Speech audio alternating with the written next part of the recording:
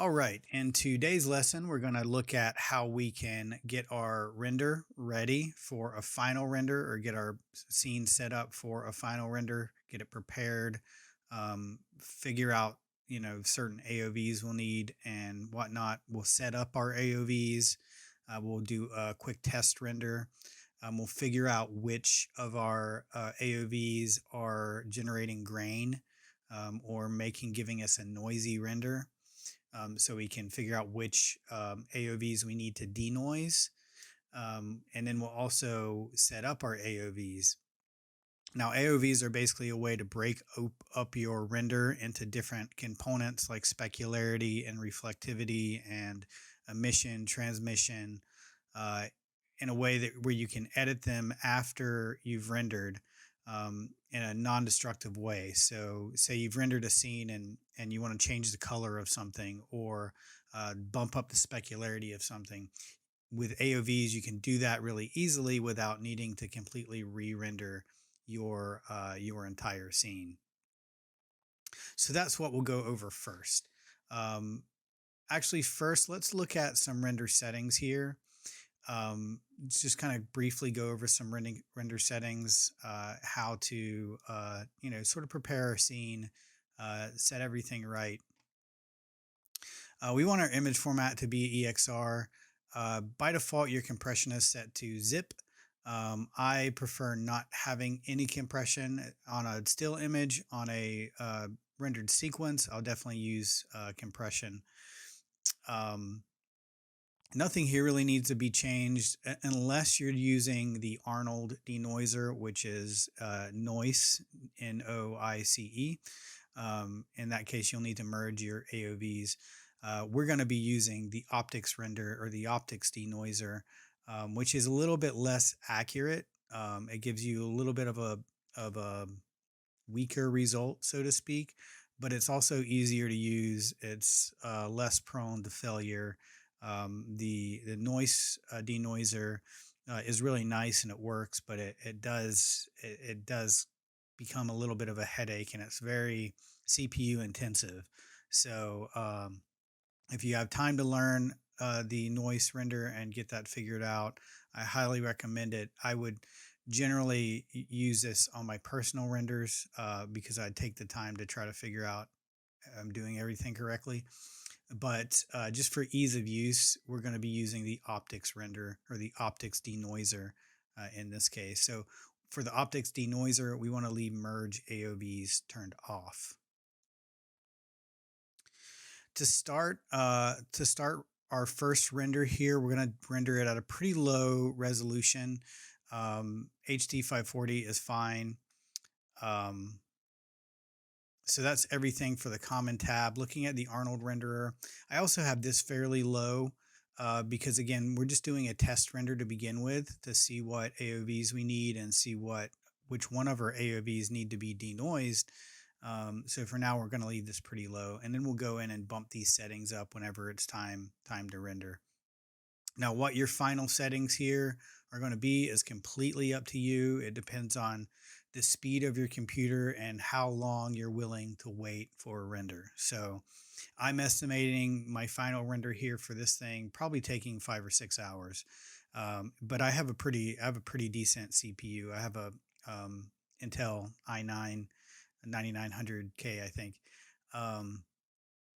So yeah, it just depends on your circumstances, what you want your settings to be. And now the higher they are, of course, the less noise you're going to get. The lower they are, you can apply the denoiser, but it's not going to look quite right. I think we can get a pretty good result by trying to find a happy medium between using the denoiser and bumping up our samples. So I'll just leave these here for now. I think by default that's set to 4. We're not going to use adaptive sampling. Adaptive sampling is very cool, but it can take a really long time to render. And basically what it does is it has a max level of samples that it's going to take, and it's going to continue sampling until it reaches that max level, unless it doesn't need those max level of samples. I want to come down to filter, and I want to make sure this is important. I want to make sure my filter type is set to box.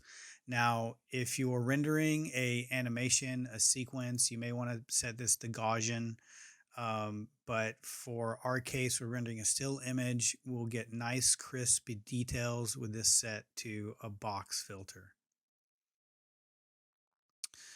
Imagers, I'm not going to worry about right now. We're just kind of picking out, trying to learn what we need for this render at the moment.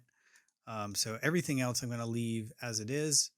We're going to jump over to AOVs, and now we're going to add the AOVs that we want to have in our render. Now, I'll start with two that's pretty much required for denoising. Whether you're using noise or the optics denoiser, it's really important that you have these three AOVs, and that is your normal, your Z depth, and your albedo. So we want to select those, and we want to make sure that we have those in our scene. The next one that we're going to want is an ID node or an ID AOV. This is basically going to allow us to have masks for all of our individual objects in our scene. So we can just really quickly select a color with the color picker, and that will be our mask for all the different objects in our scene. So it's a really useful, very powerful AOV to have in our belt. Now the rest of these, it depends on the shaders you have in your scene. That depends on which ones you'll actually need. So I know for a fact that I'm not using any coat values in my scene. I know for a fact I'm not using any sheen in my scene. So it all depends on the shaders that you have in your scene. Now, we're going to set this up in a way where we can pick and choose the ones we want, and the ones we don't need we can get rid of. So at this point, there's no harm in adding more than you think you need. We're going to test it out and figure out the ones we actually need. So just for the sake of, say, trial and error, figuring out which ones we may need, because if you have a big scene, you may not remember if a material, some small material is using a coat attribute or something like that. So we're going to go ahead and add them. So I'm going to add all my coats. I'm going to add all my diffuses. I want to add emission.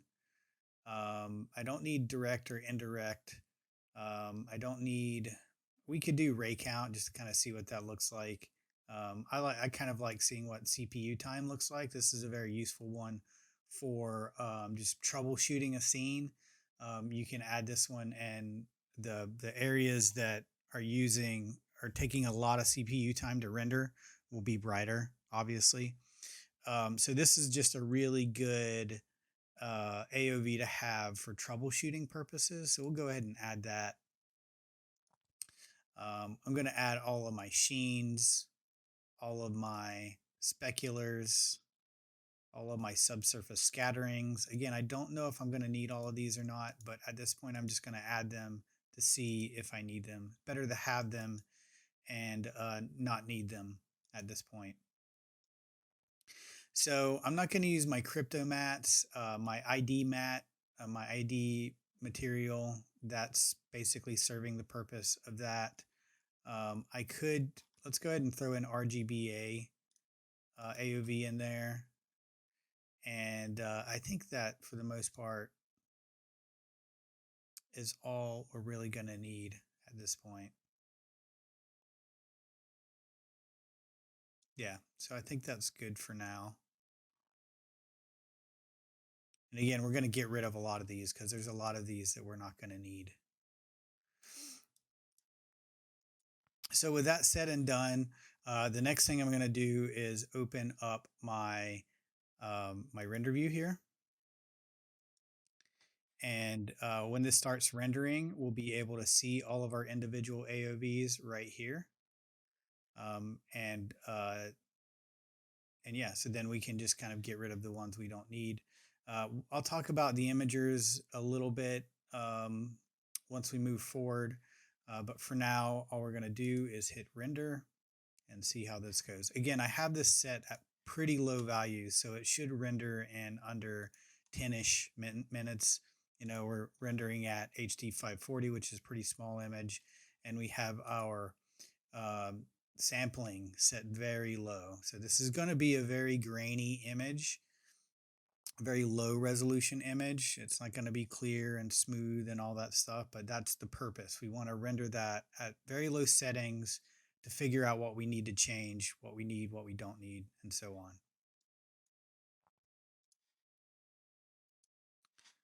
So we'll click render. Actually, I'm going to stop that because I have a bad habit of clicking this button.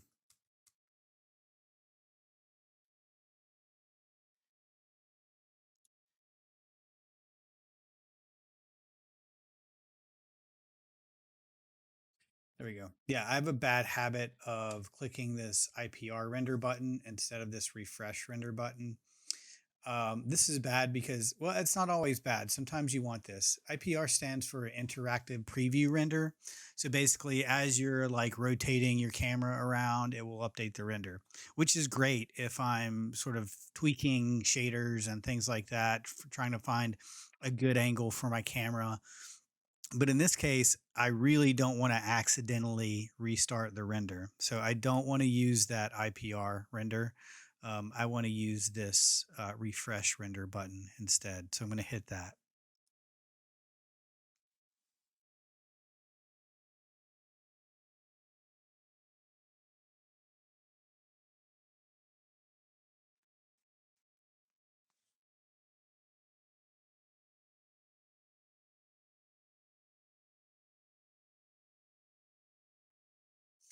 All right, so now our render is finished.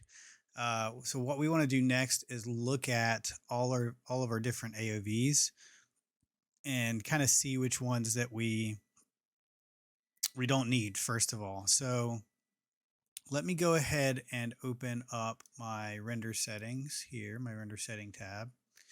And let's try to keep these both visible here. I'll go ahead and hide my settings for the moment there in my Arnold, my render view. We're going to go to our AOVs here. And then we're just going to go through these one at a time and take a look at them. So my ID node, ID AOV, I definitely want that. That's going to be an extremely useful AOV. My N, my normal map is going to be really useful. My Z, which you don't really see anything there, but there is information there. So if we take our exposure here down to something like -10, we'll start to see that information there. And this is like something that we can use for depth of field. We can create like fog effects with it. So it's a um, really useful AOV to have. So I'm just going to leave that at that one at a value of -10. I guess that doesn't change. So next is we have our albedo here. This one is not really useful visually, but it's important for denoising. Coat. So I can see that we have no coat there. So I can go ahead and come over to my coat AOVs and just take them out. We'll jump down to CPU time. Again, this is something that we will start to see a little bit once we decrease the setting. I think this is just something that's cool to look at. So we can see that most of our CPU time here is rendering these waves and not really our character. But it's just a good sort of diagnostic thing to take a look at as you're rendering. Um, so it's a cool thing to have. Like a utility AOV. Diffuse. Now, the way these work here is you have diffuse, you have a setting like diffuse or specularity, and then you have diffuse albedo, diffuse direct, diffuse indirect. And all of these are going to look a little bit different. So basically what your diffuse up here is a it's a combination of your direct and indirect together. And then your albedo is like just that flat color. So in most cases, you really don't need both diffuse, um, albedo, direct, and indirect. You really just need your direct and your indirect, right? So we can get rid of our diffuse and diffuse albedo.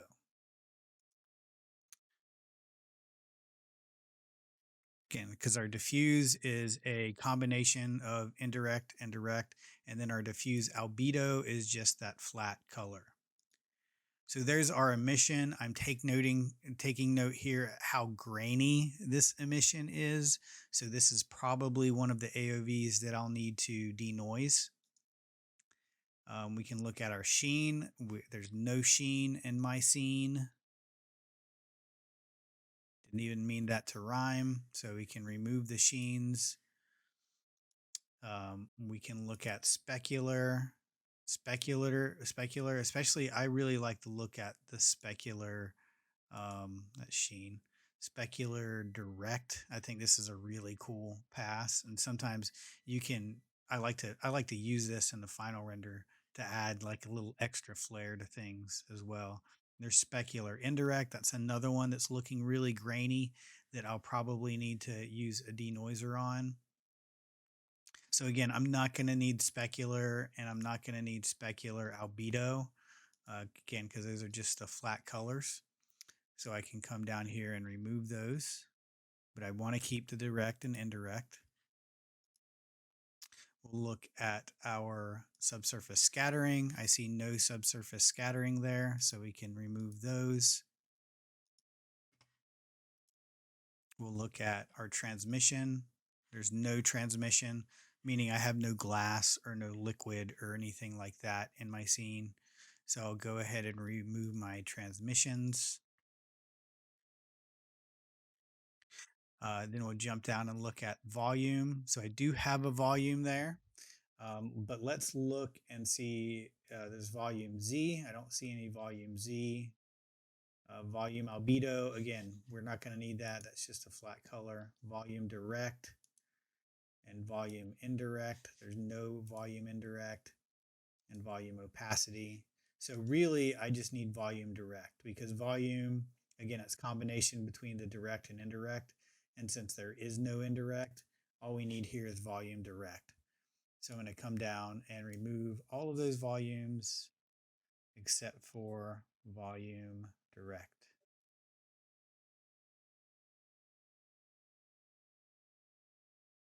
All right, so that's it. I think that's all the AOVs that we have. And now we can start thinking about the ones that are really grainy, the ones that we could possibly need a denoiser on, or possibly use the optics denoiser on. So the volume one, that looks really smooth. Again, we don't have transmission, we don't have subsurface scattering. Our specular direct looks pretty smooth. We may want to throw a denoiser on that. A specular indirect is definitely grainy. So you might need a pad here to write these down too, to just to keep track. We had no sheen. Our emission, will definitely need a denoiser on our emission. Diffuse indirect, that will probably need a denoiser as well. Diffuse direct looks pretty good, pretty smooth. And yeah, so then I think the rest of these are pretty good. So now we only have the AOVs that we need. And now we know which AOVs are causing a lot of grain, right? So we can add denoisers to those now, and we can do our high quality render that we're going to do. So while I'm in my render view here, I'll go ahead and boost my settings for, or while I'm in my render settings, I'll boost my render settings for my high quality final render. So I'll go to my common tab and we're going to go down to make this a full 1080. We could even go higher if you want. Again, it just depends on how long you want to wait for a render. If you want to do higher than 1080p or HD 1080, that's fine. It's going to take a while. Um, just be prepared to wait for that render to complete. Again, if you do a higher one, say if you do like a 2K render or a 4K render, a lot of those grainy issues are going to go away. Um, so that's something to think about too. So if you're expecting to have a higher resolution render anyway, a lot of those graininess issues are going to go away anyway. So that's one thing to keep in mind. The other thing to keep in mind is our samples here. So we can go about getting rid of the grain in our render two different ways. We could either try to use a denoiser, or we could try to up our samples. So um, I'm going to up my samples here to my camera AA samples here to 6. That is a pretty high number. I don't think you ever need to go above 6, but I'm gonna leave it at 6. Now I have no transmission and I have no subsurface scattering, so I can go ahead and zero those guys out. I do have specular, which is really grainy, so I can increase that one a little bit. And I do have volume indirect, which is that emission light, I believe, that's causing issues. Um, so I could just increase that a little bit too to something like 3. Um, and diffuse, we'll increase that one too, and then we'll bump this down to 5 instead of 6. So I have my settings here bumped up. Again, these are all up to you, what you want to make them.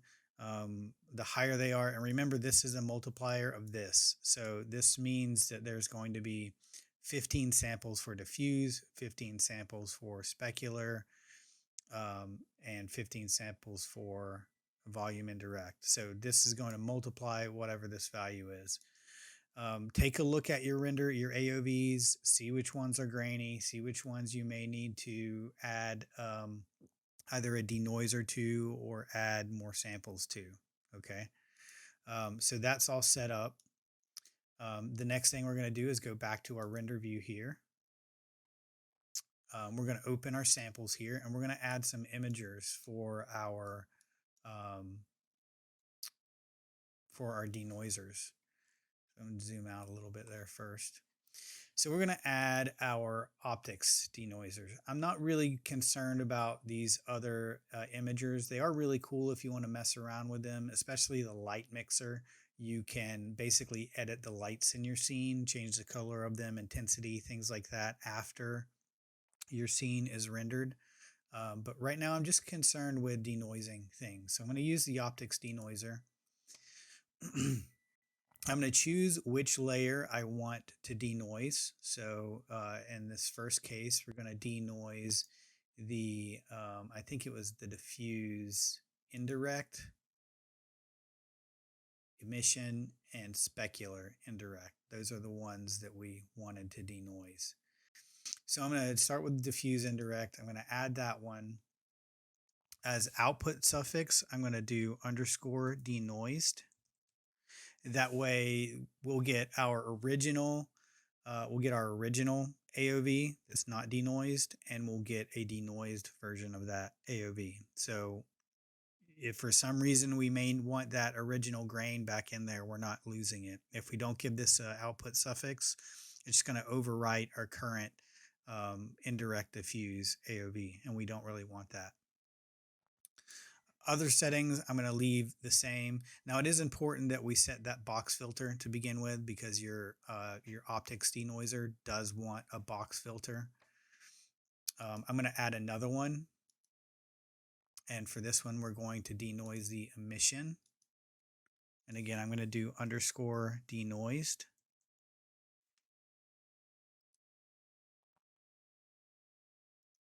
And then one more. That's going to be our indirect specular.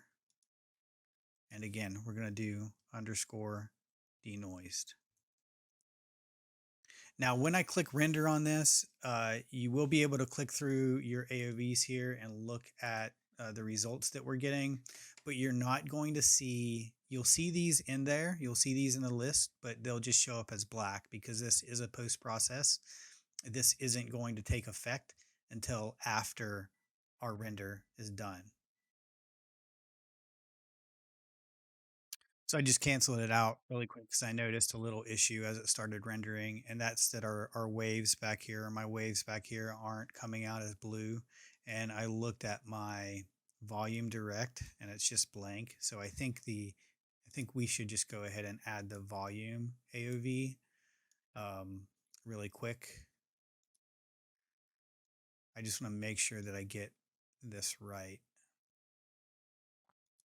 It may have been the volume indirect that we saw, but I'm going to go ahead and add the volume since I know that's going to have our blue color in there. And then we'll try. All right. Yeah, I'm not quite sure what was going on there. It wasn't rendering my volumes, my blue color back there. All I did was just restarted Maya, so it seems like something may have just got stuck somewhere.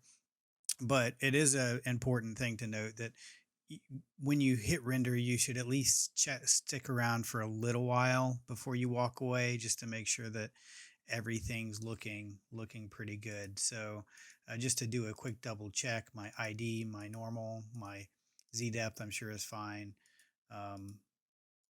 So everything else here looks pretty good. It was my volume direct, so I wasn't wrong about that, but I'm just going to leave it the way it is. I'll delete those when I get them into Photoshop. So we're going to hit render. We're going to walk away and be back with a new video once this is done rendering.